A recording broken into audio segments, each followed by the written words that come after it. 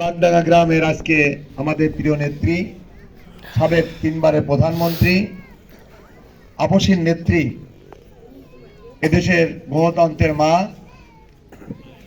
অত্যন্ত নির্যাতিত নেত্রী বেগম খালেদা জিয়া গত 30শে ডিসেম্বর ইন্তেকাল করেছেন। তার রুহের মারফাত কামনায় দোয়া অনুষ্ঠান এবং নির্বাচনী মত বিনিময় সভার সম্মানিত এই ওয়ার্ড বিএনপির সভাপতি, আজকের সভার সভাপতি, এখানে উপস্থিত আপনাদের প্রিয় নেতা থানা বিএনপি বিপ্লবী সভাপতি অ্যাডভোকেট মুন্সি কামাল আজাদ পান্নু, আমার পরম শ্রদ্ধ বড় ভাই জেলা বিএনপির সহসভাপতি আলাউদ্দিন ভাই, জাতীয়তাবাদী ছাত্র দলের সংগ্রামী সহসভাপতি, আপনাদের এলাকার সন্তান ছোট ভাই ইমরান, আমার বন্ধু দাউদ, আমার দুই ছোট ভাই সলেমান সুরাব সহ এখানে উপস্থিত আমার বিএনপি শ্রদ্ধ নেতৃবৃন্দ, এই গ্রামের আমার পরম শ্রদ্ধ পিতৃতুল্য ব্যক্তিবর্গ, বয়সের বড় ভাইরা, সহবাসী বন্ধুরা, ছেনবাজন ছোট ভাইরা, আমার মা বোন ভাবিরা, সকল উপস্থিতি, সবাইকে জানাই সালাম, আসসালামু আলাইকুম। সম্মানিত উপস্থিতি, আমরা আমাদের প্রিয় নেত্রীর জন্য দোয়া করব।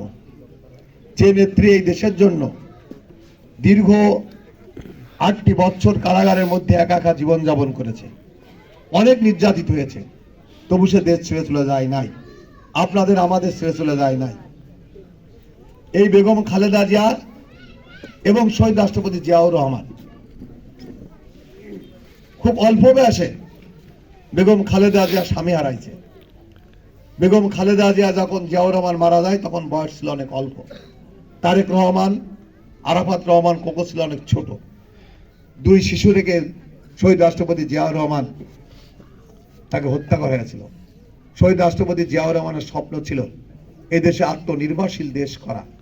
শহীদ রাষ্ট্রপতি জিয়াউর রহমানের স্বপ্ন ছিল এই দেশে খাদ্য স্বয়ংসম্পন্ন, চিকিৎসা, বাসস্থান, আইন শৃঙ্খলা অবনতি, খাল খনন, গ্রাম সরকার গঠন করে আমরা গ্রামের মানুষ, আমরা আমাদের গ্রামকে উন্নত শিখরে উঠে আমরা মাথা উঁচু করে দাঁড়াবো, আমরা আত্মনির্ভরশীল গ্রাম হব, আত্মনির্ভরশীল পরিবার হব, আমরা নিজেরা অর্থনৈতিকভাবে স্বয়ংসম্পন্ন হব। সেই স্বপ্ন দেখেছিল শহীদ রাষ্ট্রপতি জিয়াউর রহমান। অনেক পুরনো মুরব্বী লোক কেন আছেন, ঠিক কিনা বলেন তো? আজকে শহীদ রাষ্ট্রপতি জিয়াউর রহমানের যে স্বপ্ন, যে প্রতিচ্ছবি, শহীদ রাষ্ট্রপতি জিয়াউর রহমান আচার আচরণ কর্ম কাণ্ড প্রতিশ্রুতি আজকে কিন্তু একটি মানুষের ভিতর দেখা যাচ্ছে। সেই ব্যক্তি আছে তার সুযোগ্য পুত্র তারেক রহমানের ভিতর, ঠিক কিনা বলেন তো? এই তারেক রহমান বাংলাদেশে আসার পরে এত নির্যাতিত হয়েছে, তারপরেও কিন্তু কোনো দল নিয়ে, কোনো ব্যক্তি নিয়ে, কোনো নেত্রী নিয়ে কোনো সমালোচনা করে নাই, ঠিক কিনা বলেন তো? কারণ তারেক রহমানের স্লোগান একটি, সেটি হচ্ছে সবার আগে বাংলাদেশ, সবার আগে বাংলাদেশ। আপনি ভুল করেছেন, আপনি অন্যায় করেছেন, আপনি আমার উপর নির্যাতন করেছেন, নিষ্পেষণ করেছেন, মামলা দিয়েছেন, হামলা দিয়েছেন, আমার লোকের হত্যা করেছেন, এই সব প্রসঙ্গ উনি কিন্তু ভুলে গেছেন। জানে যে যা করেছে তার ফল সে পাচ্ছে, ঠিক কিনা বলেন তো? আমরা নতুন করে এমন কিছু করব না। প্রতিহিংসার রাজনীতি জিয়াউর রহমান করেন নাই, প্রতিহিংসার রাজনীতি তারেক রহমান করে নাই, খালেদা জিয়া করে নাই। প্রতিহিংসার রাজনীতি বিএনপি করেনি, বিএনপি করবে না। আপনাকে বলছি, আমি কথা দিচ্ছি, প্রতিহিংসার রাজনীতি বিএনপি ঝিনাইদহ হবে না, হবে না, হবে না। আমি ওয়াজিব করতে দেব না, দেব না, দেব না, আপনাকে কথা দিচ্ছি। আপনারা দল মত সবার সমাজতা বুদ্ধি রেখে আপনারা ঐক্যবদ্ধ থাকবেন। আমার স্বপ্ন, আমার প্রাত নেতা, আমার শ্রদ্ধ বড় ভাই মশিউর রহমান এই স্লোট ইউনিয়নে অনেক রাস্তাঘাট করেছে, অনেক কিছু করেছে। আস্তে আস্তে আলাউদ্দিন ভাই এক জায়গায় দেখালো, একটা রাস্তা হয়েছে, একটা ফুটব্রিজ হয়ে গেছে, রাস্তাটা হয় না। অনেক কাঁচা রাস্তা আছে এই স্লোট ইউনিয়নের, যে কাঁচা রাস্তা আমরা পাকাকরণ করতে চাই।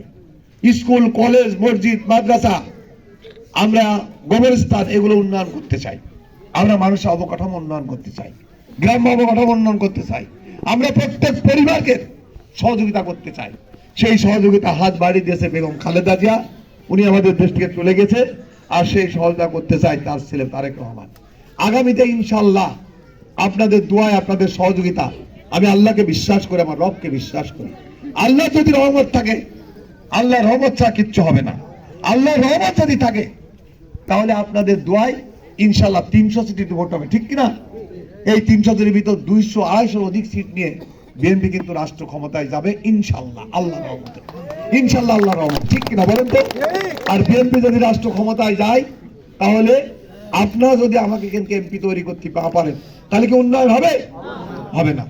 তা আমি যদি এখান করে এমপি হতে পারি, বিএনপি রাষ্ট্র ক্ষমতায় গেলে আমি এমপি হলে এখান থেকে কাজ করতে পারবো, ঠিক কিনা বলেন তো? যে কথা আমার প্রাত ভাই মশুর ভাই করে গেছে, আমি এই সুরট ইউনিয়নের প্রতি কৃতজ্ঞতা প্রকাশ করি। আমি এই পর্যন্ত 3টে সভা করলাম, এই সভাটা দিয়ে আমি জানি সুরট ইউনিয়নের প্রত্যেকটা মানসিক রাত্রে গ্রামের লোকের সাথে আমার দলীয় সম্পর্ক আছে। আমি জানি এই ইউনিয়ন বিএনপির উর্বর ভূমি। আমরা একটি রাজনৈতিক দল ছিল, যে রাজনৈতিক দল এবার জাতীয় সংসদ নির্বাচনে অংশগ্রহণ করতে পারেনি, তার জন্য বিএনপি কোনো দায়ী না।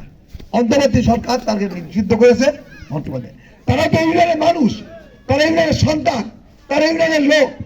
বিগত দিনে কি হয়েছে আমরা যদি ওইটাই করি তাহলে কি এলাকায় কোনো কাজ করতে পারবো বলো তো? তাহলে এলাকায় হানাহানি হবে না, মারামারি হবে না? আমরা এটা চাই না, এইটা আমরা চাই না, এটা আমরা কেউ করবেন না, এটা আমার অনুরোধ। প্রথমত এটা আমরা করবেন না। আমরা তাদেরকে এনে সবাইকে আমরা এলাকায় উন্নয়ন করতে চাই, আমরা সবাইকে এনে। আপনাদের এখানে 2টা দল আছে, 2 চেয়ারম্যানের 2 দল থাকতে পারে, আপনার ইউনিয়ন পরিষদ 2 জনের 2 ভোট দিতে পারেন। এই সমস্ত ভুলে যেতে হবে, সব ভুলে যেতে হবে। এটা কি ইউনিয়ন পরিষদের ভোট? রাজার ভোট, ঠিক কিনা বলেন তো? আমরা গ্রাম সভা বলেন রাজার ভোট, আমার বাপসারা বলেছে রাজার ভোট। রাজার ভোট না, সরকার পরিবর্তন হবে, এই ভোটের মধ্য দিয়ে সরকার পরিবর্তন হবে। আর সরকার পরিবর্তন না হলে সরকার, নতুন সরকার এসে এলাকায় কাজ করবে। আগামীতে বিএনপি রাষ্ট্র ক্ষমতায় গেলে সর্বপ্রথম আমাদের মাদের জন্য কিছু কর্মসূচি নিয়েছে। আমাদের মা, আমাদের শ্রদ্ধ বড় ভাবি, আমাদের চাচি, আমাদের খালা, আমাদের নারী, আমাদের দাদি, যারা বাড়ির কর্তানি মুরব্বী, তাদের জন্য একটি কর্মসূচি নিয়েছে। সেই কর্মসূচি তাদের জন্য একটি করে ফ্যামিলি কার্ড করে দেবে। এই যে একটি করে কার্ড করে দেবে, এই কার্ডের নাম আছে ফ্যামিলি কার্ড। এই কার্ডের বিনিময়ে যারা এই কার্ড পাবে, প্রত্যেকটা পরিবার এই কার্ড পাবে। এই কার্ডের বিনিময়ে ওই পরিবারের যিনি কর্তানি বা গৃহিণী, সে এই কার্ডের বিনিময়ে প্রতি মাসে 2,500 থেকে 3,000 টাকা প্রতি মাসে পাবে।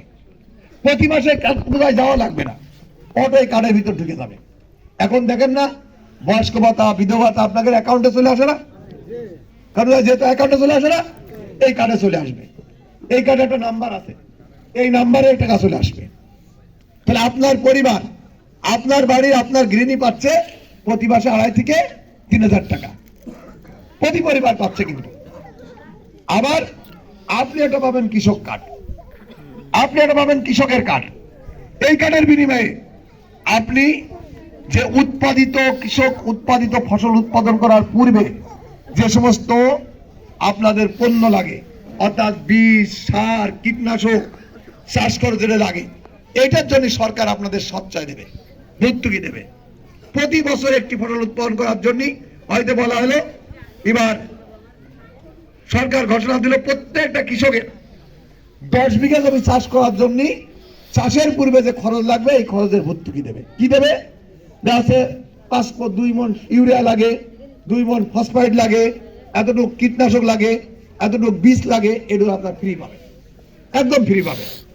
কারণ একজন কৃষক ফসল উৎপাদন করার পূর্বে মানুষের কাছ থেকে বিভিন্নভাবে লোন নিয়ে, দাদন নিয়ে, সুদের টাকা নিয়ে কিন্তু ফসল উৎপাদন করে, ঠিক কিনা বলেন তো? এইটা যদি আপনি পান তাহলে আপনি 10 বিঘা জমি চাষ করতে পারছেন ফ্রি, আপনার পরিবার, আপনার স্ত্রী পাচ্ছে মাসে 3,000 টাকা। তাহলে তো আপনার পরিবার আত্মনির্ভরশীল হবে না? আপনার পরিবার আত্মনির্ভরশীল হবে। আপনারা ভাবতে পারেন এই টাকা খরচা কোথায় পাবে? এই কথা বলে কোথায় পাবে? টাকা আছে কাদের কাছে? ওই বড় বড় শিল্পপতি, কোটিপতি, বড় বড় মেগা প্রজেক্ট, এগুলো সরকার করবে না। আমরা কোনো গ্রামে অবকাঠামো, আমরা চাই বাংলাদেশে 68,000 গ্রামের মানুষ আত্মনির্ভরশীল পরিবার হিসেবে জন্ম, অর্থনির্ভর সঞ্চম্পন্ন। সে তার পরিবারের সন্তানদের লেখাপড়া করার মতো সুযোগ সুবিধা পাবে। আপনারা ভাবতে পারেন ভোটের আগে অনেক অনেক কথা বলে, বিএনপি ভোটের আগে মিথ্যা কথা বলে না। এই 10 টাকা সে চাল খাওয়াবো এরকম কথা বলে না, ঘরে ঘরে চাকরি দেবো এই কথা বলে না।